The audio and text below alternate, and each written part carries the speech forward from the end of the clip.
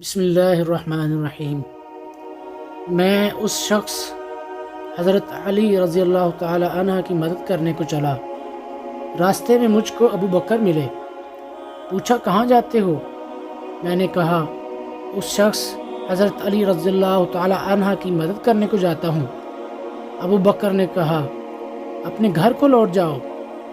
میں نے حضرت صلی اللہ علیہ وآلہ وسلم سے سنا ہے، آپ فرماتے تھے جب وہ مسلمان اپنی اپنی تلواریں لے کر بھیڑ جائیں تو قاتل اور مقتول دونوں دوزخی ہیں۔